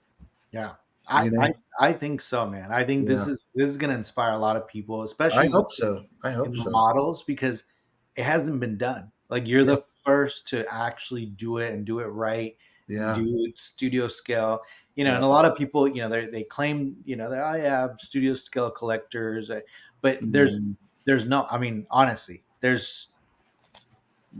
after this, man, like you're it, man. Thank you. I'm glad you like it, Gabe. It means a lot coming from you, dude, because you got the respect as well. So, man, but yeah, it's fun. I enjoy it. Yeah. Hey, and speaking of studio scale models, what about this starting bid $400,000 Pyro? Ooh, no, it's the Hero. The Hero. My bad. The Hero. It is the Hero, isn't it? It is the Hero. That thing. I mean, it's Red Leader, isn't it? It's Red Leader. Yeah, Red Leader, and it was lost. And it was lost for decades, and apparently, this guy had it this whole time. It's insane, man. Like, Yeah, I was talking to Joseph about all the Star Trek because if you guys notice, he has a ton of Star Trek stuff, Yeah. and same thing. He was just like, dude, like this. Some of this stuff should have been like in the Smithsonian. Like it's very important props, right? Yeah. Um, and I'm very surprised that like, I mean, if not, if Lucasfilm doesn't jump on that red leader, like, what the hell are they doing, right? Like, I want to know how, just us talking, how did he acquire it, and did he acquire it, so, so I asked Joseph that same because Joseph seemed to be more familiar with them because he was a model maker for Star Trek. He was Oh, very involved in the like working on the films and very involved in Star Trek. So he was in the industry. So he was a famed, I guess, model maker, but in the kind of in the Star Trek side of things. And I mean, I'm sure, right? When you're in that space in that industry, mhm. I'm sure you come across things, right? I think the sad part is, and I don't know how true this. I don't know because I don't know too much about this guy, but I guess he was just living, job to job, right? Like it wasn't like he had Yeah. a lot of money and he was just sitting on all this stuff, and it's like now his estate, is gonna have at least a good 10 million, right? Like, I mean, honestly, Oh, so I don't know about this. He's got a huge collection. oh, it's I didn't insane. know that. I Yeah, well, didn't know. let me see if let me see if I could pull it up really quick. The Let me. Heritage auction, right? Oh yeah, if you want to, just don't want him to panic if it storms. Yeah, All that's right. fine. So Greg Jane, right? Or Gene? Greg Gene. Hey Jens, how are you, buddy? Hey, what's up, Jens? All right, let's look through this Hey, because so like Bob, I saw Bob's going to be out there too. From who? um, Vincent. My bad, Vincent. Yeah. It's another auction, I think. Look at here's so it's this one, right? So um and apparently that's him. So he let me go. And I think some of the stuff is also mixed in here. Yeah. Um, but again, he has like some iconic stuff from just, I mean, Hey, what's that from? What's that from right there? Space Patrol says Ah, it's a TV show, I guess, from the 50s. oh wow, that's cool. Never heard of it. Me either. It's a lot of stuff from the 50s, right? Like these old zombies of the stratosphere. Look Oh, at the Forbidden Planet gun. Like, wow. geez, What's the I mean, starting bid on that one? 8,000. Okay. So all these costumes from Forbidden Planet, and these Oh, are like that's so cool. right, like Leslie Nielsen one. I'm sure that's probably one of them. Like it's insane. What is that? A little miniature filming miniature from On the Threshold of Space. Oh, never heard of it. What is that one going for? Starting 500. Huh. Yeah, no. I mean, so the thing is, like, there's a lot. There's a whole month A left. range. Yeah. So but he has a lot of models. So There's this is the same guy though? yeah. He just like apparently he just had all this stuff. And I know, and you might, I mean, obviously talk to Jason, but I know Jason was helping with the estate and he was kind of going through some of this stuff. Um, Is this so, the guy? Oh, look at that. Lost in Space. Yeah, what's that going for? Starting That, bid, well, this one's starting bid 50,000. oh my gosh, I'd love to have that. This one's starting bid 5,000.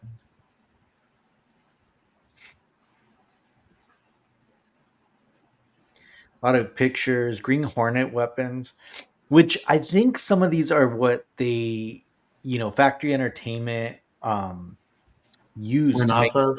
replicas. Yeah. You know what I mean? Because a lot of Yes. Green Hornet, a lot of Batman stuff. He has like the Batarang and the which they made replicas of. So I'm sure that Did he pass away? yeah, he passed away. Is this the guy that worked in Close Encounters? It is, isn't It it? is. Yeah, he actually has the ship. You The want to see? mothership? Yeah, hold on. No way. Yeah, let me show you. Hold on. I think somebody shared that with me.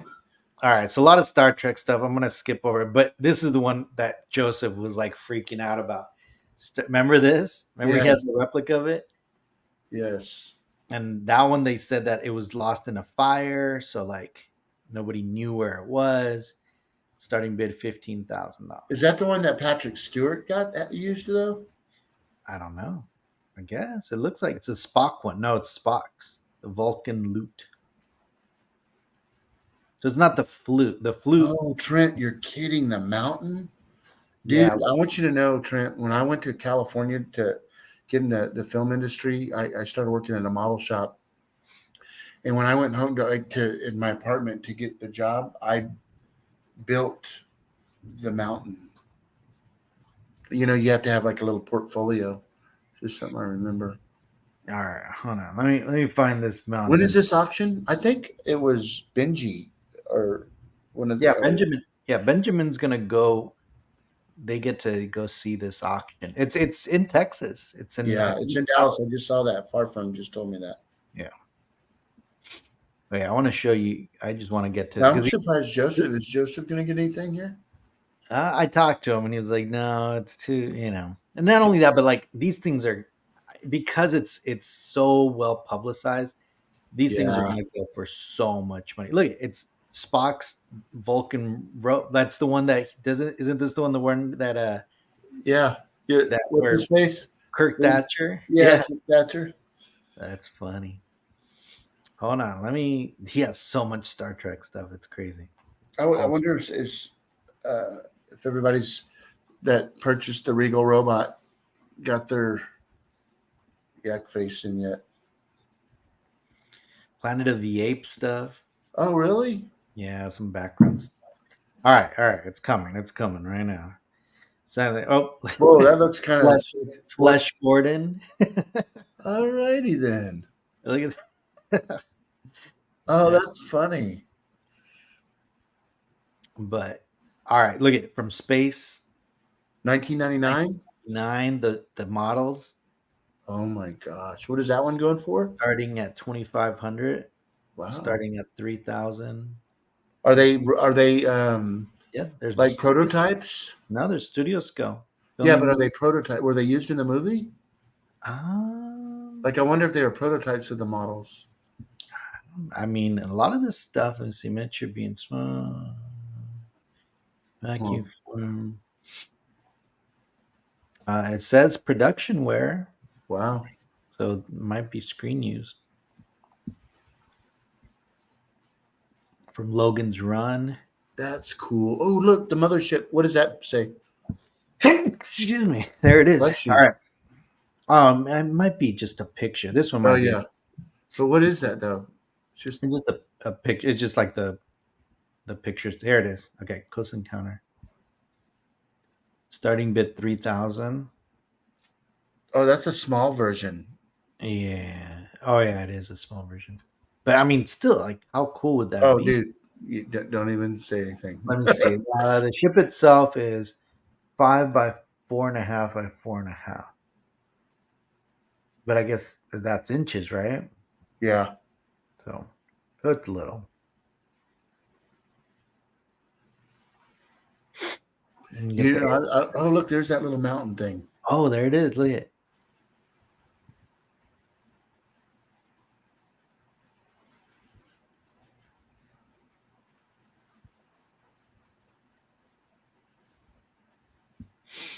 Starting bid's 1,500 on that. Yep. Oh, that's so cool. And here's the Star Wars stuff, and of course, he has a little mini turret, right? A little mini cannon. Of course, this guy. Look at that, man. I remember when he passed. It's been about a year now. Yeah, that's unbelievable. Let's read a little bit about it because there's a lot to read. So each hero model. So let's see. Oh, that's too much to read. On 24th. Yeah, it's all electronic, so like it opens up the wings. I can't believe it's raining here. Not hard, it's just drizzling, but I can't Oh, even you hear believe I can't even believe it. You remember that movie Shawshank? Yeah. Remember when he finally escapes and he comes out of that crap hole and he's looking up in the rain and he just falls to Yeah. his knees? That's That's how I feel right now. yeah, some rain. Hey, wait, whoa, go up, Some early bird. yeah. Very cool. It's already graded.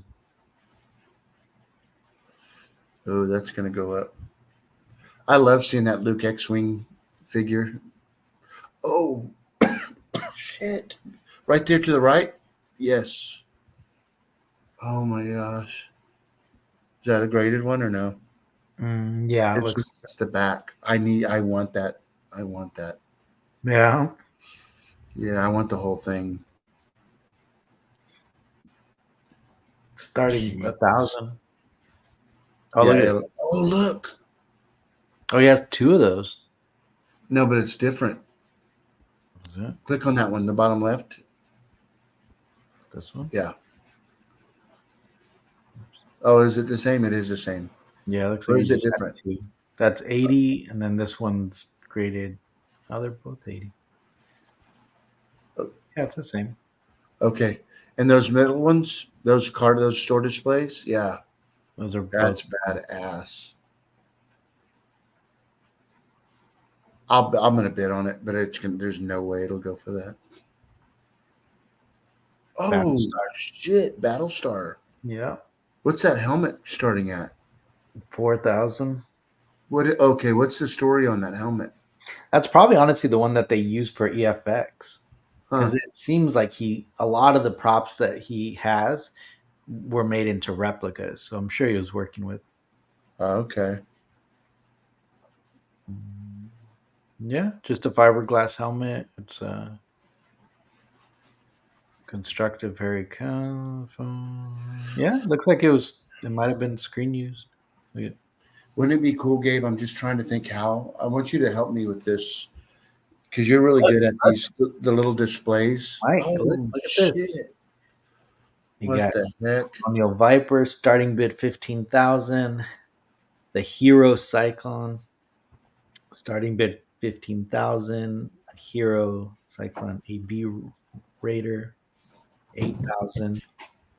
Starbucks Jalopy. What is that? I don't know. The Return. Oh, of that hole. Do you remember that one or no? No, but that I know. Look at that. That's the master pattern. Yeah. Okay. Keep on going. You know what I'm saying? I don't want anybody. I definitely want that. There's Oh, what's the Superman thing? just pictures, key photos. That's a cool picture. Yeah.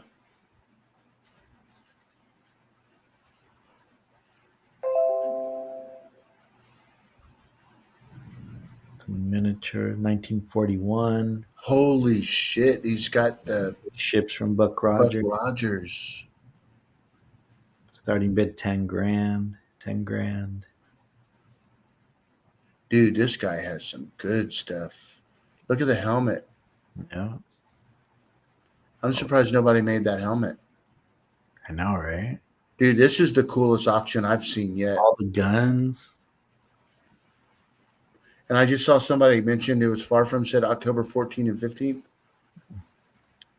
Yeah, it's like in over a month. You still. What show's that from V? I don't. Did you watch that? 1983. I do remember that. Yeah. Yeah, it was an alien thing. They like you could see then they were if they were aliens or not. It's pretty cool. The Adventures of Buckaroo Banzai Across the Eighth Dimension. I've heard of that, but I've never seen it. I'll look from Dune. Look at that ship. Amazing stories. How come this guy never? Man, this is all Look at museums. the Flight of the Navigator. Oh my gosh! Filming miniature. Batteries not included. Oh my gosh. Like, can you believe this guy was just look at from War of the World? Oh, but this is from 1988, so it's a newer. Oh, look, here's the buck. Jesus. So that's what they're molding the other ones from. Stargate. This is I'll bet on this. I love that. I love that attacker. What is that from? That little monster dude? This one, No, up to the left. Yeah. Stargate. Oh, is that a Stargate one? Yeah. So Marcel asked a really good question, and I'm wondering, a lot of this stuff. I mean, after the production, they just let him have it since he made it, or I don't know. No, I don't think. I know. I don't think he made those. Like, I mean, there's no way he would have worked on those. So, like, Yeah. You're right. yeah, I don't know. I think most of it's probably just like from years of being in the industry. You hear of people having something, and maybe he was just scooping it up from people, or he was doing things for people and they would pay him. Yeah, I don't know. Who knows, right? Like, Yeah. but Yeah, that's Armando. I love the Kenner store display. That stuff's my favorite. yeah. I love it. I think Armando has. I don't think I know he does. He's got a really cool Kenner display that he puts his retro figures in, and it's like a memory thing. It's awesome. Good job. But yeah, man, it's gonna be exciting, man. And again, the draw is gonna be obviously a lot of Star Trek fans, but the draw is gonna be that X-wing, right? Yeah. Everyone's gonna be Mhm. looking at that auction because of the X-wing and the Stormtrooper outfit, right? They have like one of the screen used Stormtrooper costumes. Mhm. I just gotta just say something. Um, when it comes to a model that like that, I was talking to a worker that was doing the AC. He's a big Star Wars fan, and he was like digging the stuff. So when he was looking at the stuff, I was talking to him, and I was look, that's the original shit, But like my Salzo 5, I'm just saying this with utmost respect, but there's only about, I mean, not even 100 people. I'm going to be really strict. All these real over the top, ridiculous model guys that are just like, oh, that's not accurate, or what, all those. And you got a handful of them, and that's it, right? But what I'm getting ready to say is I could take my red 5 or my red leader and put it next to that one and say which one is the hero, and they're not going to know. They're not going to know. And this model is $5,000, and this one's 500,000. I just that's going to sell. People are saying, but again, people just overestimate. But remember, the Pyro one went for $2.3 million. Yeah, that's unbelievable. So this is the hero one. So I would assume at least $3, maybe $4 million, right? I mean, yeah. I want you to know, if I had $1 billion in my account, I would not buy that. You wouldn't buy it? No, I just wouldn't. Yeah, not for that price. Yeah. Yeah, I mean, but I don't think. I mean, anybody who does, they're real low key, and I'd like to know who they are. I think it's badass. You know what I mean?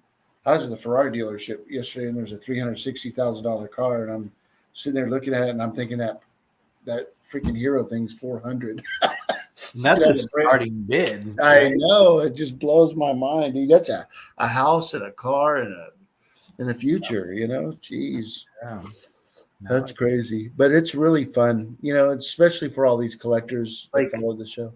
What it is to have been like missed out, right? Like missed opportunities. Like if we would have started collecting this stuff back in the early 90s, right? Yes. Late 80s, like holy crap. Let me tell you, everybody that watches this show, I know, has that same thought. And sure. And nothing bothers me more than our interview with Gus Lopez and the stories of what, because I was in it like he was, you know what I mean? But he did it.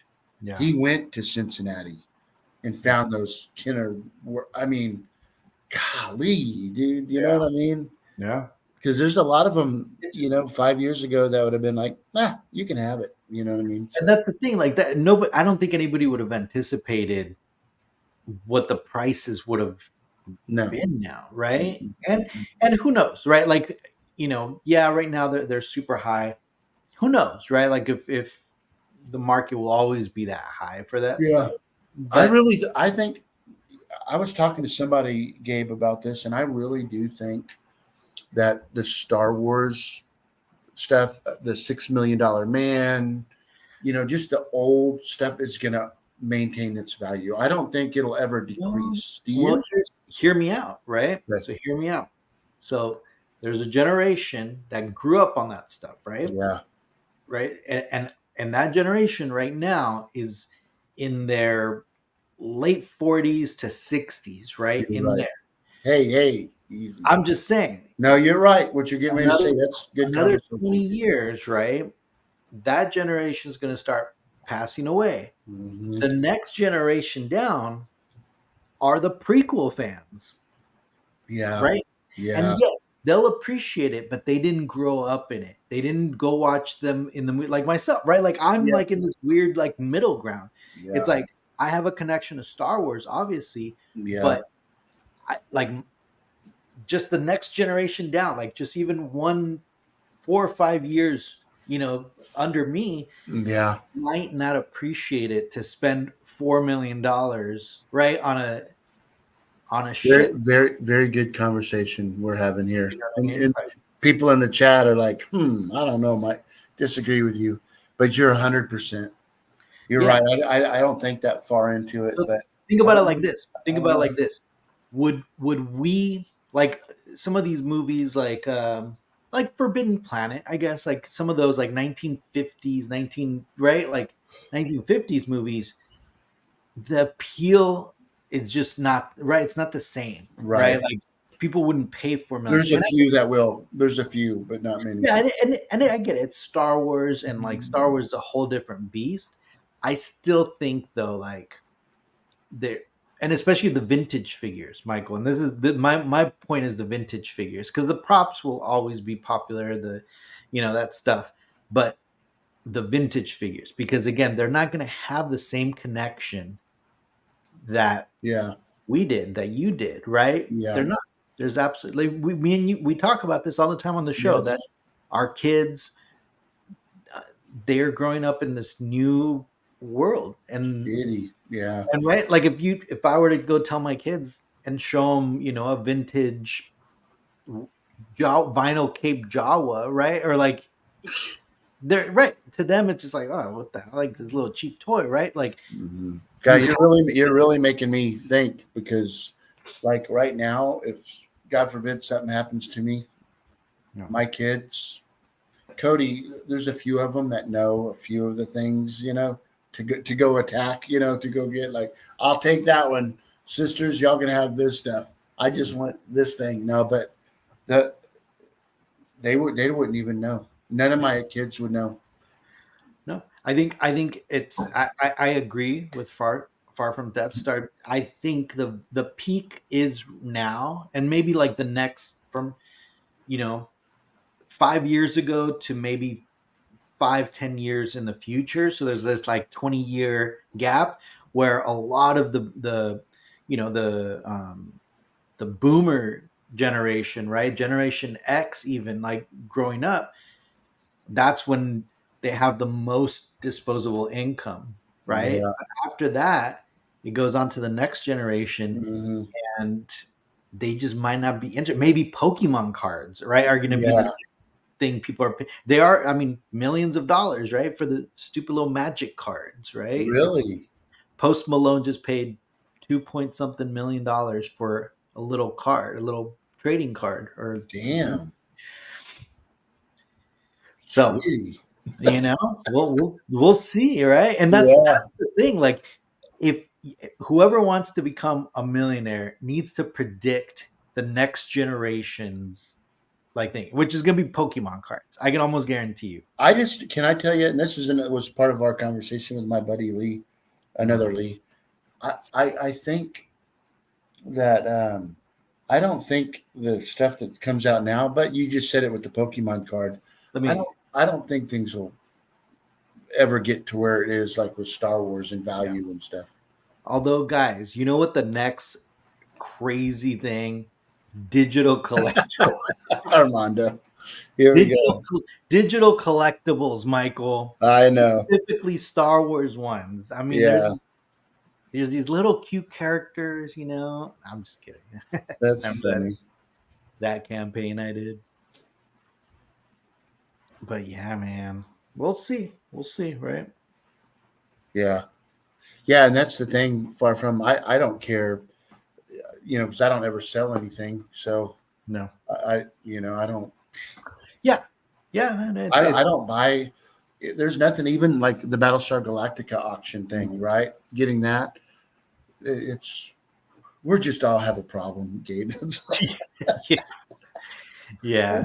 we all just lean on each other. I guess, And that's the problem, though. I think a lot of people are going to start realizing, especially with the screen use props and things like that, is that people are still in the 2020 mentality that it's an investment. They could invest in the future, but again, as you right, like this person buying the X-wing, what if it does go for $4 million, right? Yeah. Just to find another buyer for that price, it's going to be tough. I mean, they might have to sell it for $3 million. I mean, you'll still find a buyer, but I don't know. That's crazy. That's crazy. No. Yeah, I don't know. Or it's that blows me away. But so we'll see, man. Yeah. Mm-hmm. Cool, man. But other than that, is it still crazy? Is it raining now? It is. It's raining steady. I can't even believe it. Actually, nice. Can't wait to talk to Denise about it. She's playing in our Barbie room right now. Hey, so for everybody, it was I think Chris Elliott that got it last week, but we were so. Oh yeah.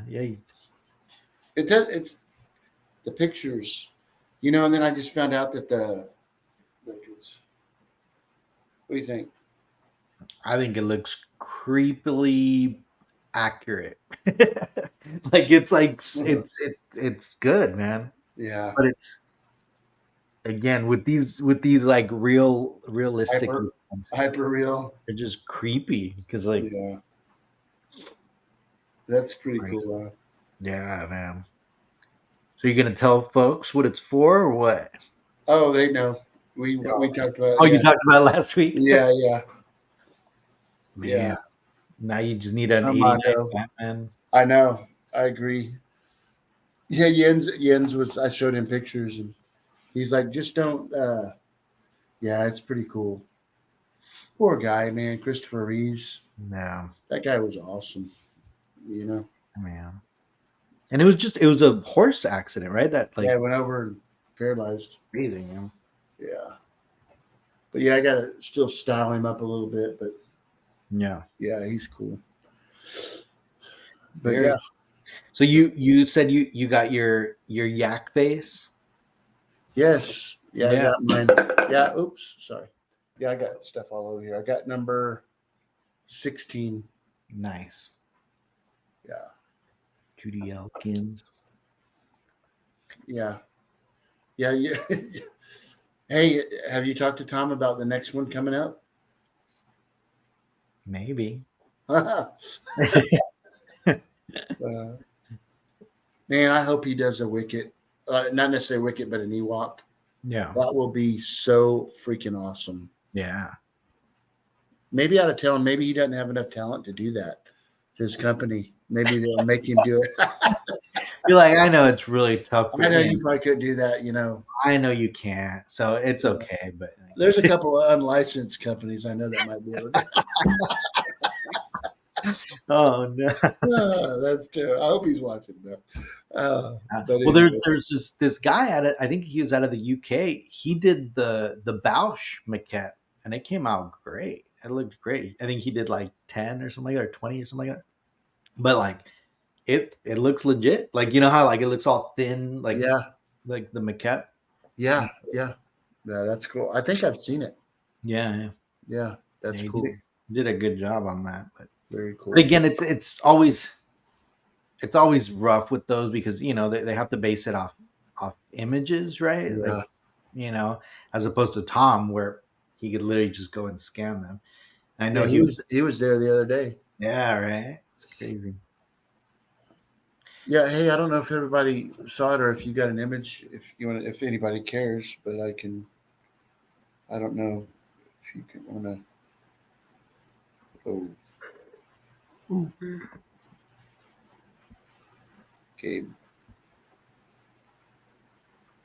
I don't know how the image will come in. A lot of people do follow that, but this is for Dark Side. Oh yeah. There it is. Let me open it. All right. People are starting to ask you, so is the Rancor maquette next? Yeah, the yak face Trent, it is a little bit bigger. Look at that. That's some bitches. It's heavy, dude. God, it's heavy. I bet, man. I can't wait to see it lit at night. Yeah. I guess Have I watched the new indie yet? Armando, I haven't actually. Now I have to wait till it's free on because right now it's like $20. You can buy it. And I last week we were gonna have a movie night with like the kids. That's cool.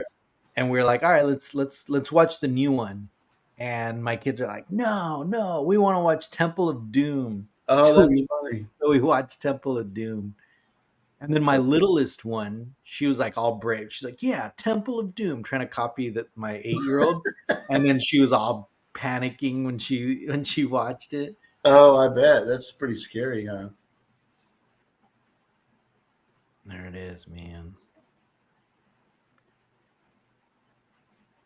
I mean, when you stand in front of it, that base, you see it perfect. I mean, It couldn't have been better. So now we're securing it where it can't move ever. Yeah. It's heavy, though. It's 180 pounds. It took 4 of us to lift that thing. Yeah. It was a surprise. I didn't even know I was getting it that quick. Yeah. So, but yeah. We got our sign up. The front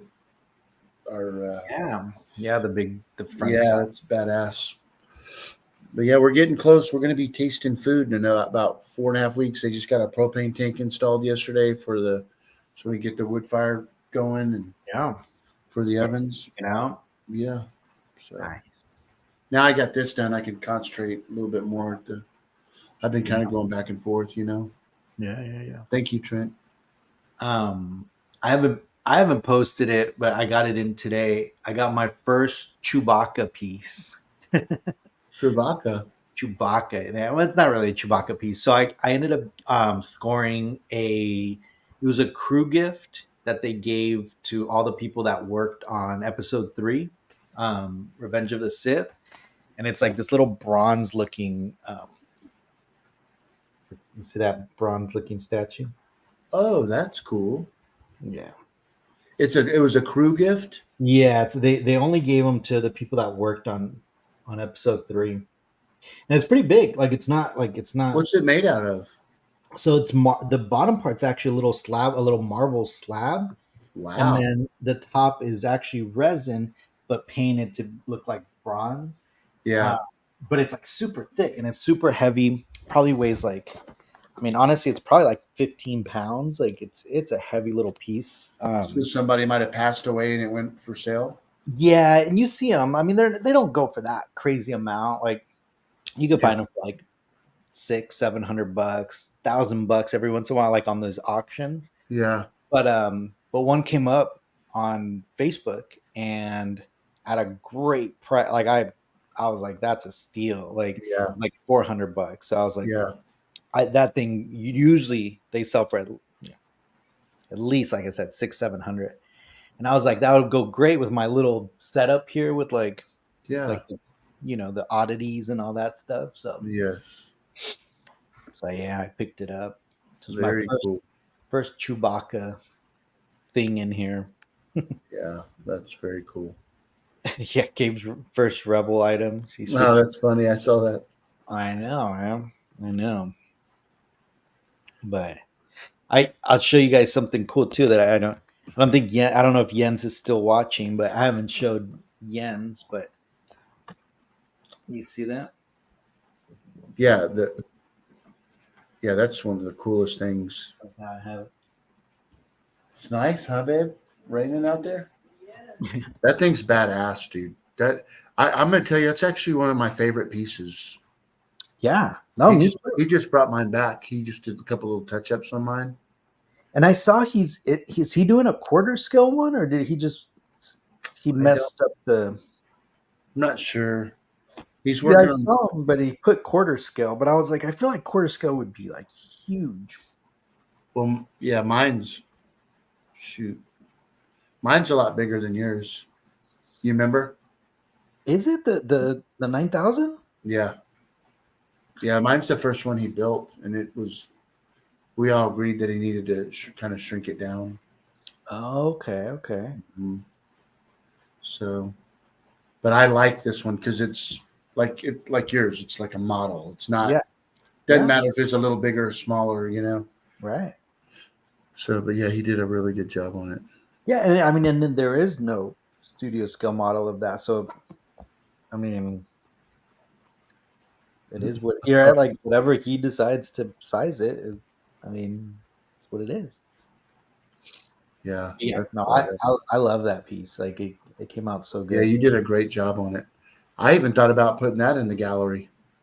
Yeah, I mean, I'm telling you, like, Badass.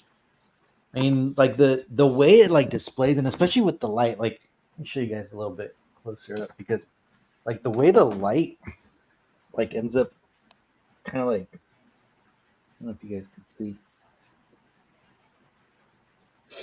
but it looks. I mean, it looks great. Jens did such a good job on these. Yeah, he did. I love how you got the signature on there. Oh, with Jens signature? Yeah. Of course, yeah. Yeah, that's awesome.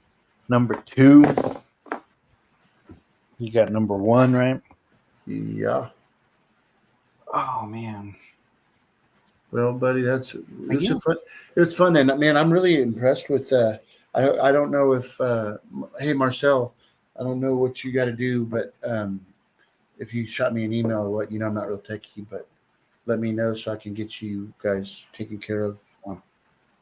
So that 3PO is pretty cool. I love doing the frames on those. Yeah. So. And those are big pieces. I still have I have the Emperor one with like the signature plaque. I never framed it just because it's massive. Yeah, I've got mine ready to display with my McQuarrie helmet, and I haven't done it yet. So, but. Well, yeah, my brother. Well, you guys have a great night. Yeah, for sure. Did you guys end up? Oh no, you said the Taco Bell was closed. Yeah, I was like, what the hell? Yeah, that place. The franchise thing. You were so right. That's what it is. They should be closed down because of that. Yeah. Every time you could tell. Like every time we go to like any like franchise, restaurant, they're always trying to. Oh, like this is turned off, or oh, we don't have this, or we don't. That's exactly how it is at this one. Yeah, all the time. Yeah, it's bullshit. Yeah. But yeah, well, you should maybe that's your next project after you should open up a franchise of Taco Bell, man. Oh yeah, yeah, that ain't happening. Oh man, that's hilarious. But yeah, well, it's always good hanging out with you, Gabe. Sorry I was a little late tonight, but I guess everybody knows why now. Yeah, so, no. And congrats to Marcel, and I'm sure this will be another sellout. So, I'm sure. So, but yeah, cool. Man. Well, we will see everybody on the next video, and enjoy your guys the rest of your weekend. And I'm going to be chilling, watching some football tomorrow. Oh, it's it kickoff tomorrow? Kicked off Thursday, really, but okay. Yeah, for NFL. So it's just exciting. I just want the cold weather again. I never thought I'd want cold weather again, but damn, you're just like over. We're excited that it's going to be in the like upper 80s and 90s next week. That's Yikes. good. Dude, it was 105 today. It's ridiculous. We never had temperatures Well, like here, that. here is 93 today at one Yeah. point. San Diego doesn't get that hot. Yeah, it's something's just Oh, crazy. damn. But Well, all right, brother. yeah. Well, we will see you guys. Have a good night. Enjoy the rest of your weekend. Have a good night. See you, Gabe. See you, man. Okay, bye. You're all clear, kid. Now let's blow this thing and go